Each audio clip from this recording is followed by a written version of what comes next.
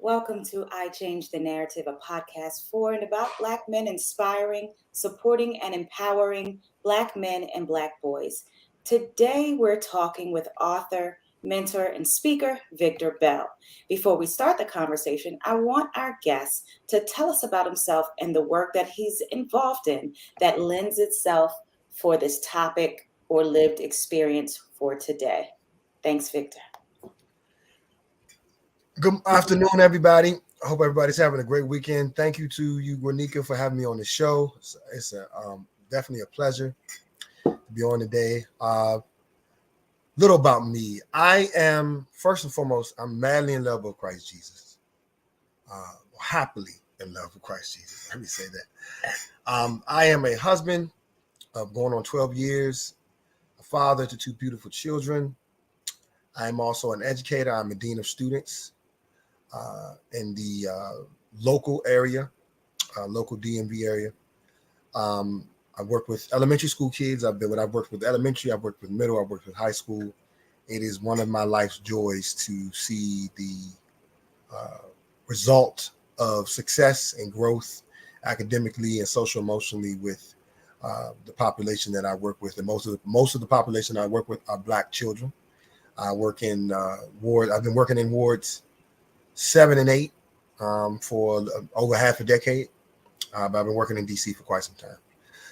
I'm also an author. I will not give the title of the book just yet. We'll save that for later in the show. I'm also a poet. My poetry started from my actual story, and we'll talk a little bit about that later too. I've written other poems, though, that are more directly related to my marriage, divine intimacy, intimacy with the Lord, some related social issues as well. But that is it. Also, yes, I'm a new actor. I'm a new actor. Sometimes I forget that, but I'm a new actor. And the first movie I played in, I was the lead actor. And I was a villain. I'll share a little more about that later. And in the second movie I played in, I was an angel. It's a great contrast, huh? But that's a little about me. And yeah. Awesome. Just know that when we start this conversation, I know that your words have the power to change outcomes. And I thank you for being a part of that today. This episode of I Change the Narrative is powered by So Organic So Suave, also known as Sauce. Sauce is a luxury hair care and skincare refuge for those with thick hair and melanin-rich skin.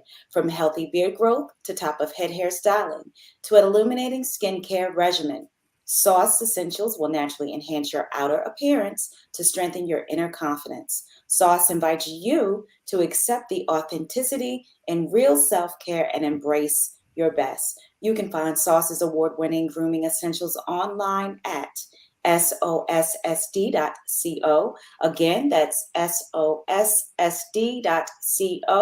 You can also follow Sauce on Instagram and for the latest in product news and updates at sossd.co. Elevate your grooming with Sauce today.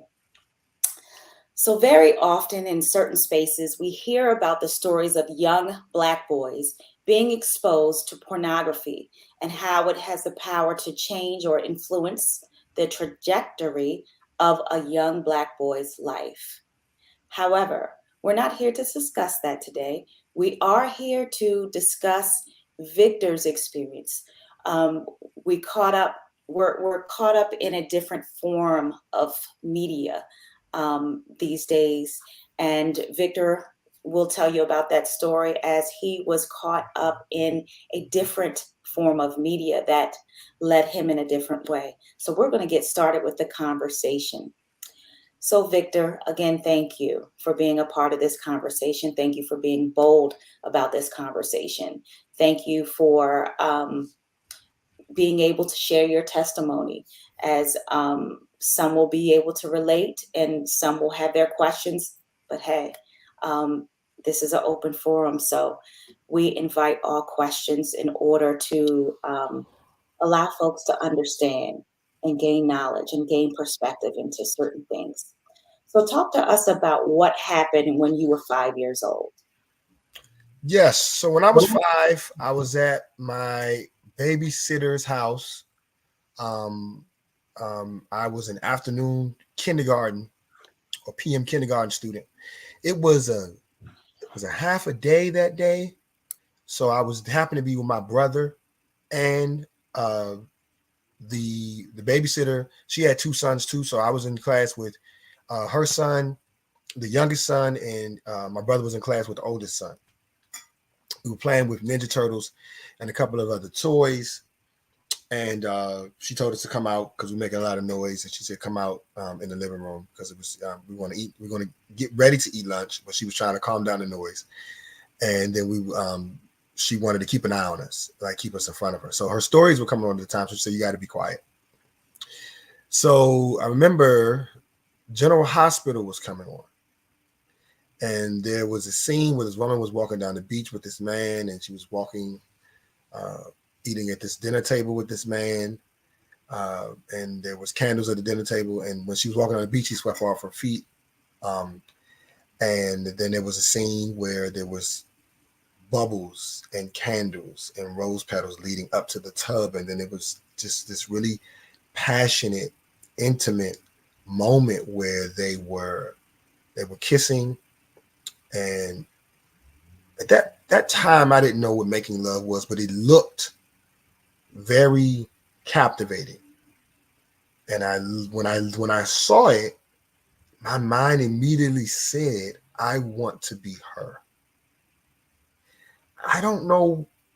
At that moment, I didn't know why I wanted to be her, but I wanted to be her. And the preceding scenes before that scene, they were only like 5 to 6 second scenes because it's the opening credits of the show. I just was like, man, I want to be her. And that's where the seed of same-sex attraction, lust, was activated. The seed was birthed from the fall of Lucifer. So all manner of sin, all manner of the falling short of the glory of God has been created from the fall of Lucifer when he decided to try to exalt himself above the Lord. But it was not activated until not when Eve ate the fruit, when Adam ate the fruit. Now it's activated because everything that is apart from God, we have now that man partook of it, and now it's a part of man's being.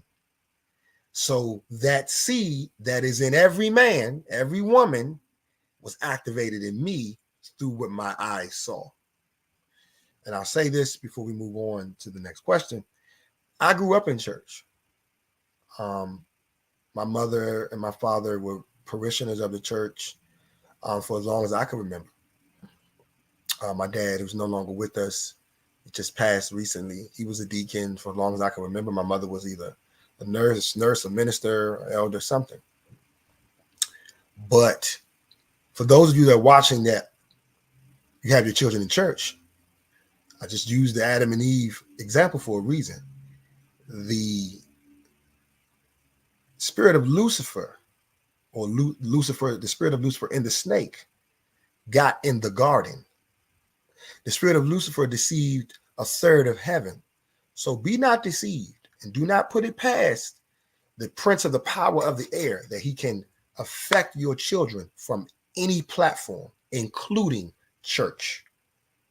Just wanted to say that. That's something. All right, so let's explore this wanting to be, or this desire to be, a woman. What were you in those moments, or as time went by? Talk to us about um, wanting to be that woman, because that, as a young boy at 5 years old, um, wanting to be a woman instead of the man. Just walk us through your thoughts at 5 years old. Sure. So I wanted to feel what a woman felt. I felt that that woman, her joy and her release and her comfort, yes, walking on the beach with this man being swept off her feet, eating this dinner and smiling and, being so engaged into this man. And then the way her neck was wrapped under his neck and the way her arms were wrapped around her, the way she was so vulnerable in his arms, I was like, that looks like it feels good. That looks like it feels good, not only physically, but tangibly, intangibly. I want to feel that. So I jumped at the chance to be the girl playing house or playing hide and go seek or doctor, whatever. I want to be the girl. And if a boys my age that were experimenting as well and were curious as well wanted to do something that would allow them to explore something sexually at that age, this is very, and it may be very plain, this is very prevalent. People don't talk about it.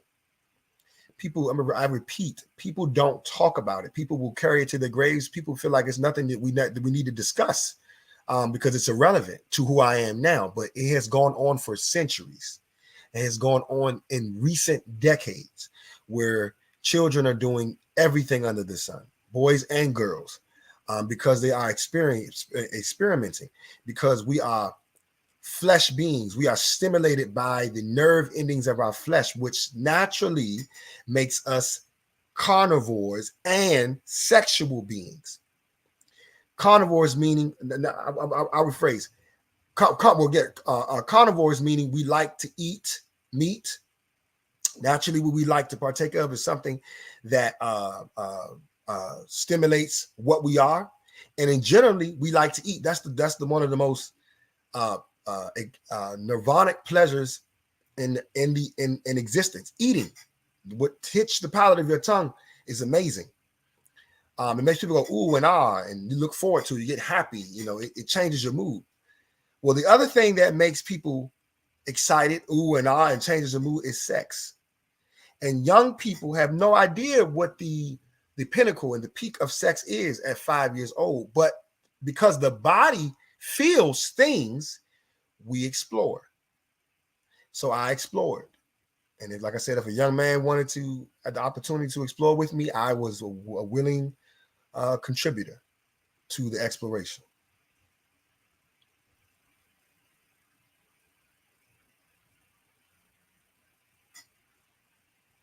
You mute. I'm sorry. So Because good. of what you saw on General Hospital, that is why you took the path that you wanted to, right? Yes, that's the exact reason. The exact reason, yeah. Okay. So let's move forward. Where does your first encounter with homosexuality begin? As I said, playing house, playing hide and go seek, playing doctor. I had several of those encounters before I was 8 years old. I remember a specific encounter. It was a young man at that time. He was very feminine. Mm-hmm. He grew up in a house full of women, and he was like, he said to me, "I want you to kiss me." And I remember the way he kissed me was what I had saw adults kiss like on TV. Mm-hmm. I can remember to this day. He kissed like he had a point to prove. He kissed like he was well versed in kissing, like he saw someone kiss or how he wanted to kiss somebody. So that was one, and that was one of the first experiences, one of the most significant experiences I had. I was six. I was 6, and that just fed the seed because it said, okay, this is what this feels like. I want to do this more, and I want to do this more, and I have to yield myself to be that. But as a boy who plays football in the dirt, tag on the concrete, rough house with your cousins, and I get in fights around the neighborhood, that's not something you can show. Not in 1994, 1993, you can't show that. With 1992, 1993, you can't show that. I was 6 in 92. You can't show that. You can't present that. You can't talk about that. You make fun. You say something like that. You even look like that. You're not getting just laughed at. They're gonna try to punk you. They're gonna try to beat you up. The difference was I could fight, but I still wanted to be the girl in the soap opera set. So what were there any other experience that happened that led to your desires to want to be a woman outside of media? No, because I was never raped or molested. Okay. Nobody ever did anything to me that I didn't want them to do. I didn't welcome them to do. If somebody, my mother and father were very big on self-preservation and self-protection. And what if you run into a stranger and somebody tries to touch your privates and all of those things? So if any man had tried to do something to me at that time, or even a woman that I felt as a child, and there was still a large dose of innocence that I didn't want them to do to me. I would have fought them. I might have tried to hurt them bad. They'd have been like, "What? This child has done this heinous act. Why?" Because at that point, you weren't going to take anything from me, but this to me was something I needed to discover, and I needed to go on this journey. So there were any other occurrences other than the soap opera scene that led me down the steps and the track of this mindset. Okay. Wow. So talk to us about what continued to drive your same-sex desires and wanting to be a woman. Now walk us through that journey, if you Gotcha. would. So I fought a lot living in urban PG County. There's a suburban part of PG County where it's still considered the suburbs, quote unquote, outside of the DC or the District of Columbia, nation's capital. But there are very urban parts of PG County. I lived in a very urban part of PG County. I never lived in the ghetto after that, but for that 2.5, 3 years, we was in the ghetto. We had just moved back from Germany. My father was in the army, and it was rough in that neighborhood. I was doing things that your kids shouldn't have to do. I was picking up bricks and bottles and fighting all cousins and brothers and sisters and all type of such. Me and my brother, and I felt like I didn't want to have to do that. I didn't like having to fight, but I felt like to preserve yourself, you have to fight. And you have to do something that people are not willing to do at that age.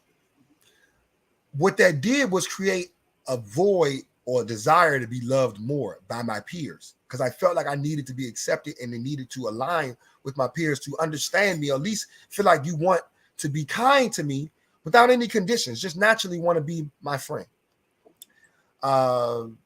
I was made fun of when we moved to suburbia. I was made fun of a lot because of my skin tone, dark skin, you bleed chocolate, you sweat oil, you rub your skin, smoke come out. I heard all the jokes. And that created scars in me because I'm like, okay, I still want to be loved by my peers. I was never, like I said before, I was never sexually molested, never sexually abused. But I was physically abused. My father was over excessive and what he thought was disciplining me, but it was abuse on many occasions. Those reasons were not the reasons why I had a same-sex attraction, but they fed the desire to be loved. And the counterfeit of what I thought was love, I was introduced through sex. So I felt if you're getting unconditional attention and recognition, consideration, then you are loved. And I felt the pinnacle of that was for a person to want you physically. So physically, you shouldn't want to fight me. Emotionally, you shouldn't want to talk about me and make me feel bad about myself. And you shouldn't want to hurt me or abuse me. So those drove those desires. Um, but then the rabbit hole of lust, if you will, it grew larger. I Mm-hmm. had a friend that was 9 years old. I was 9 years old, and her father had a large volume of porn. And I remember I was on the bus one day. I moved to suburbia and was living around kids you can go outside and play with every day when you didn't have to worry about fighting. And I remember I was talking about the movies I had seen. So I remember I seen Boys in the Hood, the sex scene in Boys in the Hood. I seen New Jack and New Jack City, and I think I had said I saw Love Jones or something like that. And I remember the young lady saying, "You ain't seen what I seen," and then another childhood friend of us said, "Yeah, you definitely ain't seen what we seen." So I was like, all right. They was like, "Well, come to the house, come to the crib after we get off the bus. Watch this." So then I'm coming. I get over there. I go over there to the crib, and if you ever seen In Too Deep, when he's walking downstairs, LL Cool J is walking downstairs with Omar Epps, and he's like, uh, all right, man, I don't know what you got going on down here, and the LL Cool J says, "Man, go ahead, Ninja, keep it moving." Mm-hmm. So that's how they was talking about me. Go ahead, go on downstairs. So I get downstairs, and they like bracing me for what I'm about to see. They're like, "Yeah, watch this." So they put the tape in, press play. Triple X hardcore porn. I had never seen it before. I had never seen vivid graphic images of just unadulterated sex. Mm-hmm. I had never seen climaxes and orgasms and people uh, reacting and responding like that in real time and a high volume of several people at one time. And when I saw it, it was like a lust enlightenment. It was like, oh my God. Like I could feel what they felt through imagination. Mm-hmm. Um, my my lower area, if you will, became stimulated. I knew, and I was 9. I knew I was like, this is. I want this. I want to do this. Now, I wanted to be the guy because at this point, I'm a boy on the surface. I play basketball, I play football, I tackle. Still playing tackle football. I'm rough. You know what I'm saying? Like, but I saw it and I was like, I want to do what the guy's doing too. It's like he's, the king. He is in total control of this. But I saw how women were responding on those movies. I saw how women's bodies were responding. I saw how women were the art and the language they were saying is this is beyond a feeling of my control, and I am possessed by this pleasure. And I was like, yo, I want that. I want that. I mean, it looked good. You saw, naked bodies and all of that. It looked good. I said, I want to. I really want to be her now. I want to be And her. this is at the age of 9, I was right? 9. Okay. Now, mind you, I lost my virginity when I was 9. The the person I lost my virginity to was 9. It was the girl that showed me the videos. So everything we saw in the videos, we were trying to do. And by then, it's like if you're a young athlete and you're introduced to high level sports at a young level, you advanced. If you play basketball, you know how to set a screen, you know how to maybe hold the shorts when you're running off a pick, or to slow down the progression to the basket. You know how to dribble, and how to guard your dribble. You know how to go to the lane and draw a foul and attack the basket. And people are like, wow, this kid is advanced for his age. How like Venus and Serena were advanced to play tennis at 9 and 8 years old, right? I was advanced at 9. So I knew all of the songs that were in the 90s, the Joe, all the things your man won't do, Silk, Meeting in My Bedroom, and all that. I knew what they were.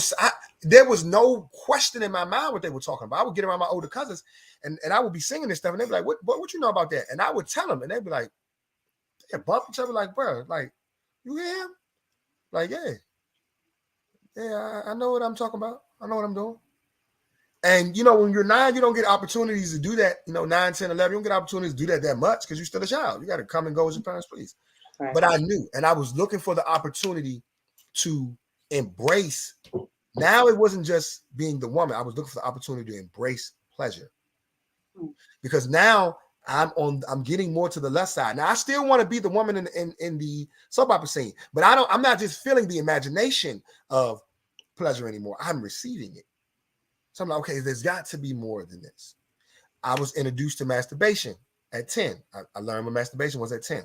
The first climax I had, I was 10. So masturbation was like going to recess. Like as a 10-year-old kid, you're like, yo, do your work, don't get in trouble, go to recess. No, recess, oh man. That bothers you. You want to go outside. Back in the 90s, unlike these kids today, we stayed outside. I don't care how hot it is, I don't care how cold it is, like we outside. But when I was introduced to masturbation, it was like, I want this too. I couldn't. It was like the first high. Like, whoa, that's what it is. So I continued to masturbate. I know I hear stories of celebrities and people that also have a similar experience as me. So I would masturbate oftentimes, several times throughout the day. I did too. But the adversary said, the spirit of lust, the captain of the spirit of lust said, that's not enough. It's not enough just for you to masturbate. At 10 years old. That's and I started to hear this more. So by the time I was 11, I knew how to stimulate myself outside of just masturbation. I understood that I can take myself where I want to go with myself, but there was one place I hadn't went yet, and I was in math class. I was in Miss Harvey's math class, one of my favorite teachers. I don't know if she's still alive today. Great teacher, very patient. She always was engaging in math class, and she made you want to learn and listen. And she cared about me. But this day, I wasn't paying attention to what she was saying because the voice was telling me, when you get home, penetrate yourself. And I could not wait to get home. I was so intentional. I was quiet on the bus, and I was never quiet on the bus because I was so focused about getting home. I get home. I cut the alarm. I'm jogging down the street. I cut the alarm off. I go get the adult film on VHS tape. See, I said VHS tape. The kids don't know what VHS tapes are today. Put the VHS tape in, and that was the first time I was ever penetrated, let alone with anyone else, with myself. But I coupled it with masturbation. So that was a nirvanic feeling. That was like when people, Chris Rock said, on New Jack, when he was telling Ice-T's character, when you get high and you go to the Enterprise, man, it's like you beaming up to Scotty, bro. It's like you going to another level. And the way he was talking about it, it was like you make other people want to get high. And that's the way I could describe what I felt at that moment. But the adversary said to me, that's not enough. If you want to be loved like women, you got to be able to take what a woman can take. So this is only the beginning. Say that one more time. He said, that's not enough. And I was standing, when I had released, I was standing with a gasp and release of, oh my God. I just basked in it for a little bit. Mm-hmm. And the adversary said, and when I say the adversary, I'm going to specify when I say that. It's just, it is the spirit of Satan, but it was accompanied with the messenger of lust, Mm-hmm. the desires of the flesh that are contaminated and separate from fulfillment of God's purpose for us in the flesh. I'm gonna say that again. It is the contamination that is separate from God's purpose for us in the flesh to look like his son. And he said, you got to be able to take what women can take if you're going to be loved like a woman. And that really began the journey. That was like, now you win it. So after that, I went after pleasure as a woman.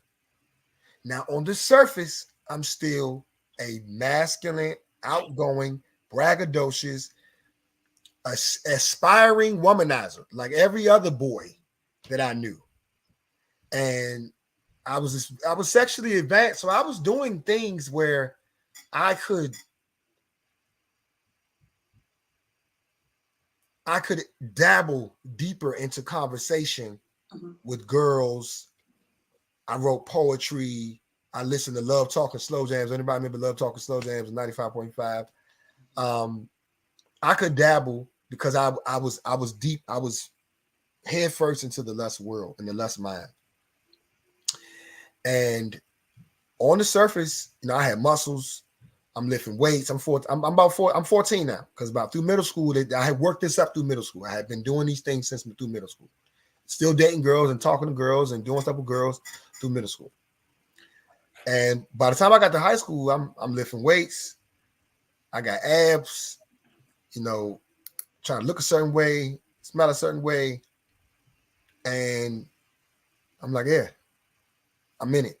And this is what I present on the surface. But under the surface, it's another person nobody's ever met. So through high school, stakes got a little higher because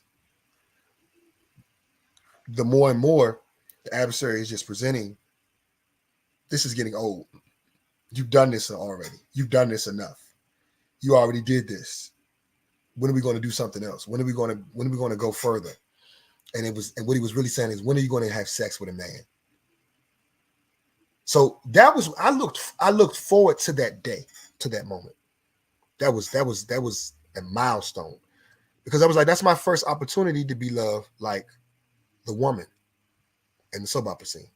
But I'm deep in the road of lust now, so I'm as further from what I even thought love was than I expected to be.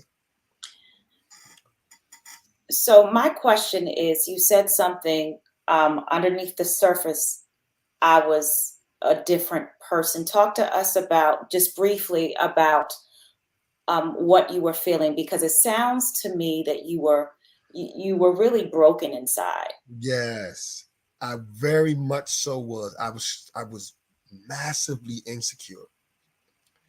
I was massively emotionally bleeding. I was hurt. My scars of my dad's and our relation, my father and his relationship was still very raw and real and present.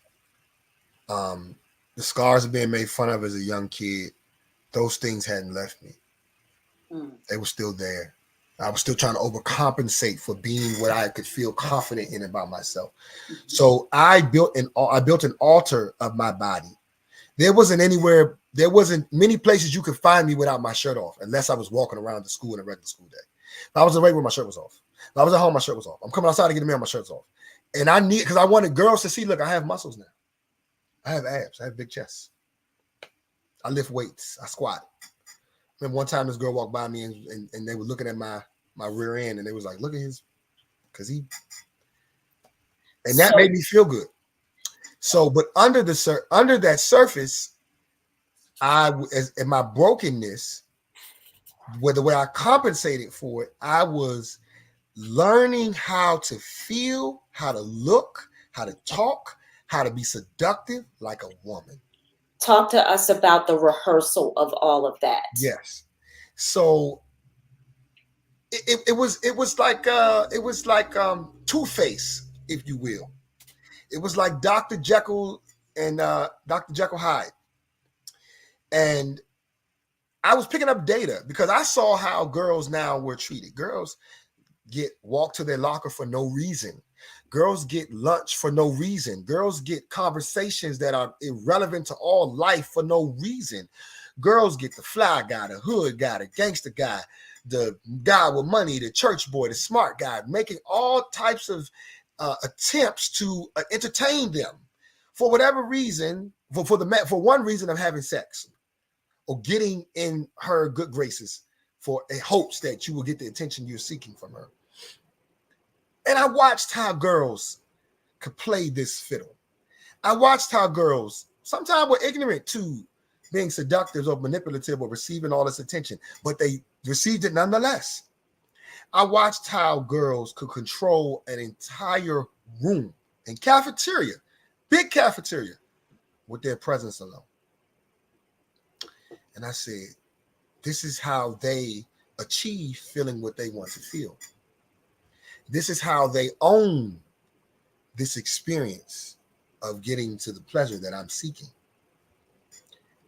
I eventually said, I accepted in my mind, I got to be able to do this better than them when the time comes.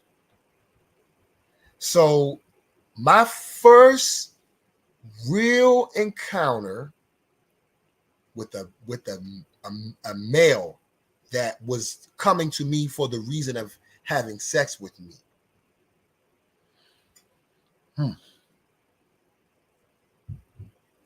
That was the next level. I remember I made an ad, made a page on Black Planet. Anybody remember Black Planet? If you're from the DMV, the Black Planet all around the country, real talk. You know, you had your page and your guest box and all that stuff, whatever, you know, before MySpace. The Black Planet was our Facebook. It was our Instagram. So I put an ad on, I put a page on Facebook, and I put a real seductive page up there, and the guy reaches out to me, he calls me, and we talk, and then I'm talking like a girl. I repeat myself. My voice tone, my voice vibrations, the seduction of my voice, I sounded like a purebred female. To men, and I started saying, men want to feel seduced. Men want to feel sexualized. They want their ego stroked. They want to feel that they are wanted by a sexual being that wants to allow them to sow their oats, or to have a conquer of pleasure, if you will. So that's what I said I'm going to be. And I remember he came to my house at the time. And I remember, let's just say his anatomy was eye-popping. And I remember telling him, I said, I gotta go to the bathroom. I'll be right back. I remember going to the bathroom. I'm like, what have I got myself into? But then the adversary said, you haven't even attempted yet. You gotta attempt, you gotta try. So I tried. And that was the first time where I said, okay, this is what you have to continue doing now. Just masturbation and just, sexual pleasure isn't enough. You're not there yet until you can not only receive this, but it has to become pleasurable to you. It has to feel good to you. It has to feel good so you can actually feel why, keyword, feel why the women in the pornos and the soap opera sex scene, why they respond physically like that. They're not just doing that just for action or acting. It's something that's causing them to do that. That was the spirit. That was the spirit of lust. I was embodying it. I get to, through high school, I had a couple more encounters. I've even had sex with masculine gay women, they call them doms. And the first time I was really penetrated with something that embodied penis was with the strap on. If anybody doesn't know what that is, it's when somebody puts a toy on them that straps around their body and it is in the shape of a penis, looks like a real penis. People like Vic, we know what that is. Huh. So that's the first time I was penetrated for real, where I actually was having sex with this person. And at that time, it felt amazing. And I said, okay, I need more of this. So through the ladder of high school and through college, I had dove all the way. I was in it. I was in it. And when I was around, I was on the surface, I'm a college football player, big muscles, talk to a bunch of girls. I have sex a lot. Like it's pretty consistent that I'm, having sex with girls. But that wasn't enough. Under the surface, I still want this other thing. And now I was on a site called Black Gay Chat. And I was on another site called Adam for Adam. I would look for social events on Adam for Adam, and I would meet guys on Black Gay Chat. And I used to attend heterosexual swinger parties, or what they call lifestyle parties, where sex is welcomed with random people that you do not know, married couples, dating couples, whatever. But I used to attend all male orgies too. And I had embraced this so much that I used to sleep with transgender women too. That transgender women, contrary, quiet as it's kept, some people don't know this, transgender women are sometimes more successful, in a lot of situations, more successful than actually female sex workers, female prostitutes. They charge. They will charge you because it's a fantasy that you're not going to get anywhere else. So they're like, I'm going to pay a premium for it. I paid one time. I didn't pay much, but I paid one time. After that, transgender women would reach out to me and say, this is my lunch break. I'm going to take time from my job or what I'm doing for me and you to get it in. And I would say, I'm not paying nothing. They would say, you ain't got to pay nothing. So I was heavy in the life at this point. And in addition to the stimulation of my flesh, satisfaction of fun and thrill, by this time I graduated from college. While I was in college, I was throwing parties, but I had reached the peak of it. So when I got out of college, I was still throwing parties. I was selling a little weed. I was dressing fresh. All my hats matched my shoes, and my shirts was always a different color. There was the shirt that when a girl sees it, they're like, all right, basic dress code, white, black, blue, gray. That's what guys wear. I would go to H&M and buy a pink shirt with skulls on it, a purple shirt with women fighting on it or something, and with the purple shoes to match and stuff. And my guys would be like, man, when Vic started dressing like this, and when Vic started talking like this, and it got to the point where I was lusting over me. I was so drunk with me and the satisfaction of my life that I didn't want to give this up. So now I'm throwing parties too. So the thrill of making money, large amounts of money in one night on my best friend. And then I have choices. I can sleep with women. I can sleep with men. I can go have sex with a lot of women and go have sex with a lot of men. Just what my life was at this point. But the thing the adversary doesn't tell you is that you're not going to achieve the fulfillment of what you desire, even with all of this stuff you're doing. And I still felt empty behind all of my activity. I still felt broken. I still felt insecure. I still felt ugly. I still felt angry. And I was feeding the beast of my flesh as much as I could because I felt if I overcompensated for it, I would never feel the emptiness. But the adversary said, you should just completely come out as gay. And then you can fulfill all other desires that you have. then you can really be who you want to be. Then you can really embrace with like-minded individuals and talk with other people that feel the way you feel, and you can socialize with them, and you can have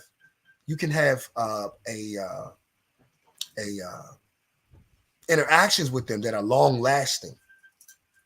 The adversary said you can have as much sex as you want because you'll be out now. You won't be on the down low, and you can embrace the people that are on what you're on. So at this time, while I'm doing all of this, I'm at the peak of this life. I have a girlfriend, and my girlfriend and the girls I had dealt with before had no clue whatsoever that I had this secret life. Now there was a young lady. It was one young lady that found out about it, and I denied it like a perjury witness in court. Deny. There's only one. Deny. Some people laughing if you haven't seen Dave Chappelle. It's crazy, right? But nobody else knew. So I was getting ready to just come out as completely gay. And because it was times when I would have to catch myself, and I would see myself talking like a girl, moving my hands like a girl, with the movements in my body like a girl. And I'd be like, did anybody see that? Did they pick up on that? But I started to see it. I was like, bro, it's time to come out.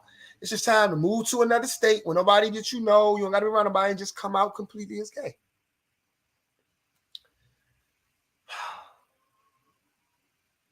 But the Lord.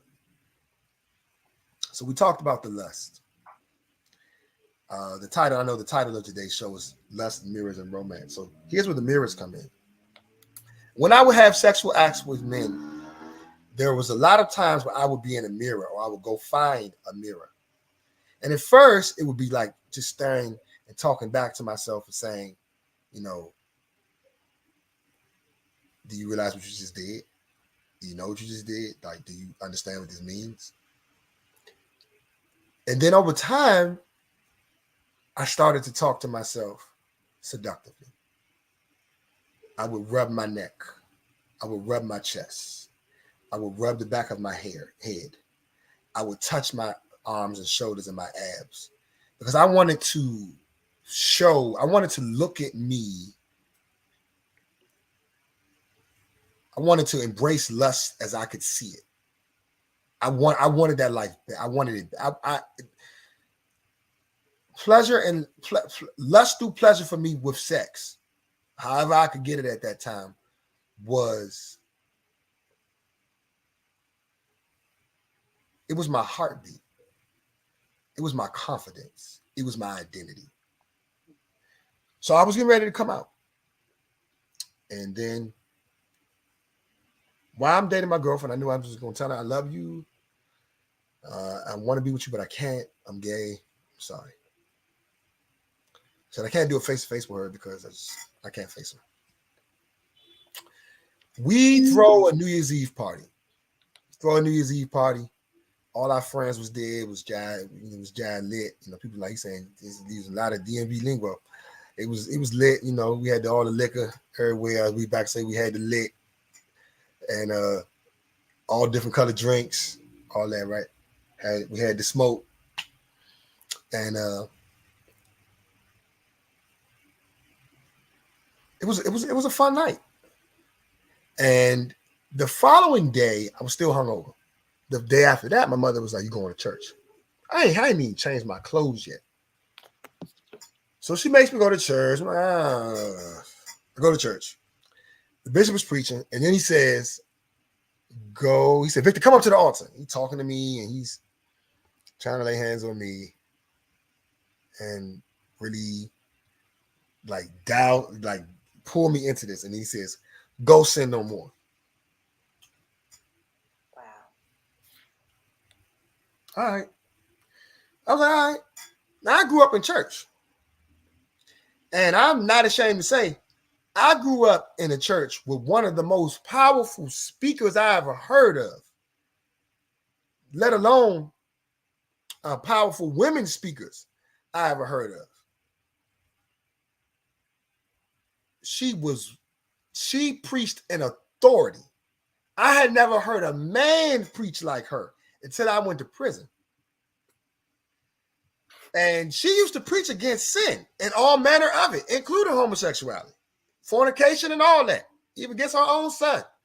I ain't never seen no preacher when somebody is in a casket, she look at the casket and say, "This is the behavior to land you in hell." I ain't never seen a man do that. She was what is that? She was about it. So I knew what the scripture said and all that, but I ain't care. I wanted this life. I did. And I was like, all right, I know all of that, but I'm going to set that to the side. That's not what I want. I want this. And my reasoning for, because this was my identity. This was my confidence. This was my self-esteem. This was my peace. This was my joy. This was my ability to feel good about myself. This was all of that for me. I'm not giving this up. Like, do you know what it feel like to be made fun of by 6 different people before you put your foot across the threshold and walk into the classroom? You know, to be made fun of by a whole bus, by a whole class full of people. You know, to be abused and then go to school and be made fun of and not know when the next good moment is going to come to you when you feel good about yourself. I'm not giving this up. No. I get home, I'm walking down the steps, and I keep hearing the voice say, "Go sin no more. Go sin no more. Go sin no more. Go sin no more." I'm like, all right now, this is getting on my nerve. And the voice just wouldn't shut up. It was just ringing in my ear. Go sin no more. So I'm trying to walk in my room. And I'm trying to push in my doorway because I'm like, if I was trying to walk through you and you like, "No, Vic, no, Vic, no, Vic." And then I'm like, you know what? So I thrust myself into my room and I fall to my knees. And I knew what it was. I knew it was the Spirit of the Lord, but I didn't reverence him as Lord at that moment. I reverenced him as opposition to my identity. That's what I saw him as. So I was hollering and screaming. If you could translate what I was saying, hollering and screaming, I was saying, "Let me be gay. Let me be gay. Let me be gay." I wanted to be gay so bad. I didn't want to be gay because I was attracted to men. Now that I know. My gay wasn't because I had a same-sex attraction that was just so hard to let go of. It was because of what the intangible experiences, the tangible experiences and results that I got when I slept with men.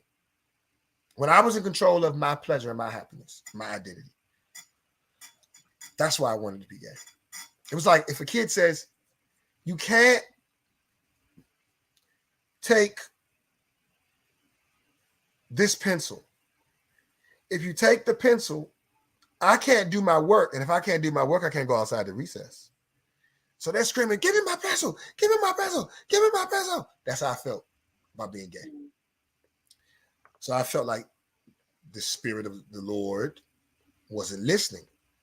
So I got to tell him why I need to be gay. I said, "I'm ugly. I'm insecure. I'm afraid. I'm angry. I'm not confident. The people that are on the surface that look like my friends are not really my friends. You don't know what it's like to be me." That's what I screamed. Now, I talked about the lust. I talked about the mirrors and how I would look back and talk to myself and embrace lust in the mirror. But now here comes the romance. And when you're being romanced, the romance by anything, or anyone, should I say, you are receiving instructions where you allow yourself to be vulnerable until when you are at complete rest and comfortability with the person's words and their actions to you. Well, the romance came in like this. That voice that I now know as the Spirit of the Lord said, I was publicly ridiculed. I was publicly defamed. I was publicly betrayed. I was tortured. I was beaten. And I was murdered because I love you. I was like, what? Let me take my hat off. I said, what? The tears on my eyes were like, stop. We can't go no more. Everything that has a name in that room reverenced the Spirit of the Lord at that moment. Because I was broken and contrite. I was circumcised spiritually before him. My heart was open. He was ready for the surgery. Hallelujah. So this was his opportunity to work. And I was like, you didn't ridicule me? You didn't judge me? You didn't send me to hell? You didn't make fun of me? No. And I felt like, well, I can listen to you. I can at least talk with you. I felt like I was talking to a regular person. I was like, well, I can at least talk with you because you at least cool enough to have this conversation with me. I felt like, okay, you regular. All right, like you ain't as bad as I thought you was or what I thought I was going to get. But then this is where the romance comes in. He said, give me homosexuality. Give me fornication. Give me drinking. Give me smoking. Give me cursing. Give me partying. I'm going to give you my love. You just give me everything, and I'm going to give you my love. And you see how it feels. Hallelujah. To this day, January 2nd, 2011, is the birth date that I remember the most. And the moment that I was apprehended in Christ Jesus, by Christ Jesus. It put me on a Jesus high. And I ain't never coming down from the Jesus high. Never. Because I never knew love until I experienced him. Real love. My extended family loved me. My parents, even outside of my dad's actions towards me, I got general love from them. But I thought that was love by default. I felt like the unconditional love was somebody don't have to love you because they're not family. That's real love. But I discovered, I thought what love was through sex. Mm. So we took away the sex. Now it's just unadulterated love. So I have to interject. Sure. Because we only have a few more minutes left. I was done. So that's good. Yes, perfect. Oh, awesome. Okay. So how does your wife, you are married now, 2 children. Just briefly tell us, how does your wife cope with your testimony? She tells my testimony more than me sometimes. Mm-hmm. The other day, about a couple months ago, we were on TikTok and she said, come in, we're going live. We're going to talk about your testimony. I said, okay. When she feels she's led to do it, she shares it. Mm-hmm. She shares the power of it, and she's transparent about it. When I told her we were dating, some people that don't know, the girl that I was dating at the time that had no clue of my secret life is my wife today of 12 years. 12 years, October 1st. So when I told her we were dating, and she laughed. She was like chuckle, like, ha ha, boy, you stupid. Then I was like, nah, for real, I used to be gay. And then she laughed again. Then I told her again, and I started telling her the stories. And then she realized there is no masculine man in the DC area in 2011 that's going to make up this story just for attention. And she looked in my eyes. She said, are you done with the life? I said, I love Jesus. And I love you. And I want to be with you. She said, you sure? I said, yeah, I'm sure. She held my hands and she said, well, that's not a deal breaker for me. Let's just move on. Let's move on. 12 years later, we moved on. Here we are. So that brings us to your book. Sure. Tell our listeners how they can get your book, to hear about your story, to hear more about your story. How can they purchase your book? Where can they go? Sure. I'm going to do you one better.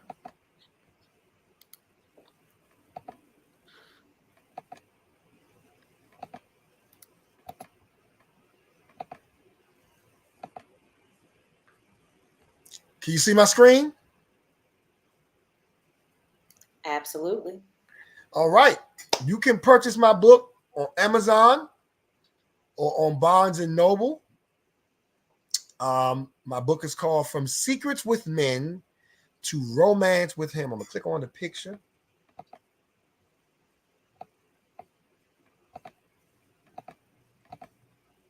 From Secrets with Men to Romance with Him. You can purchase my book on Barnes and Noble, on Amazon. You can also reach out to me personally, and I can send a book to you, a signed copy. If you would like to reach out to me personally and ask me questions about my story, you can reach out to me at Victor Edward on Facebook. You can reach out to me also on Instagram at Love and Sword, LOVEANDSWORD, Love and Sword. On Instagram, you can also reach out to me on TikTok at Victor Edward 86. My middle name is Edward. That's why you keep see me say that. Do I have any other handles? You can reach out to me also at victor.edwardministries@gmail.com. Did you mention your IG? Yes, I did. Love and Sword. Once again, Love and Sword on IG and victor.edwardministries@gmail.com on my email. That's how you can reach out to me. I'm on Clubhouse too. I'm about to get a new phone. So Yeshua Over Lust is my handle on Clubhouse. Yeshua, YESHUA Over Lust on Clubhouse is my handle. You can reach out to me on there as well. I do poetry. If you would like to see some of my poetry, you can check out my YouTube channel. I can't remember my YouTube channel. Type in, go to my Instagram. You go to my Instagram, my link is there for the poetry I've done on my testimony. And if you go on my Clubhouse handle, Yeshua Over Lust, you can see it as well. The link to the poetry for piece I did on my testimony is there as well. Victor, before we go, are there still desires for the alternative lifestyle? It is equivalent to me desiring to fly off of a building. It does not exist. It is the furthest thing from all knowledge to me. Okay. It has no life. It has no activation. It has no breath. I don't desire a man or anything that looks like a man, that was born of a man. Like, I don't want to eat cactuses. It's not there. And lastly, what is your message with this book? What is your message today for anyone that's going to listen to this interview? The book is called From Secrets with Men. I want to focus on the word secrets. Because if you desire to overcome your secrets, you have to come out from your secrets. You have to be real with yourself about your secrets. You have to reveal yourself through your secrets, because your secrets are a part of you. When you expose yourself and reveal yourself to yourself, that is where the spirit of true love, through the love of Jesus Christ, has then an opportunity to visit you and make his abode with you, to comfort you, to talk with you, and to give you an opportunity to experience him with his love. He's a gentleman. He's very gracious. He's very polite. He's not going to strive with your secrets, whatever they may be. He's not going to strive with your secrets. He's not going to fight with your secrets. He will only visit you for you to acknowledge him as Lord if you welcome him in. Tell him what you like. Tell him what you don't want to give up. Tell him what feel good to you. Tell him what make you angry. Tell him what satisfies you when you say it, when you're around it, when you drink it, when you write it, when you watch it. Tell him. It don't got to just be sexually. Tell him who you're angry at. Tell him who you don't forgive. Tell him who you want to kill. Tell him who you what you don't want to do anymore. Tell him about your marriage. Tell him about your kids. Tell him. Because when you tell him, that's when your secrets cannot hold on to you anymore. They won't plague you anymore. They can't beat you up anymore. They can't make you anxious anymore. They have no more control over you. So it's and then the spirit of liberty, shame. There you go. The spirit of liberty can be with you. The scripture says, where the spirit of the Lord is, there's liberty. The captive are set free. Awesome. Thank you, Victor. That is our time. Thank you for highlighting your experiences, for doing your part in changing the narrative, and lastly, for keeping your commitment by being a part of the conversation today. That means a lot. For merchandise, visit iChangeTheNarrative.org. Thank you to our sponsors. So it's So Organic, So Suave. You can follow Sauce on Instagram for the latest in product news and updates. Visit www.sossd.co. And don't forget to follow us on TikTok, IG, and subscribe to our YouTube channel at iChangeTheNarrative. That's all one word. We've added a weekday pop-up segment. Be sure to look out for that. We'll see you soon. Thank you all so much for listening. Take care.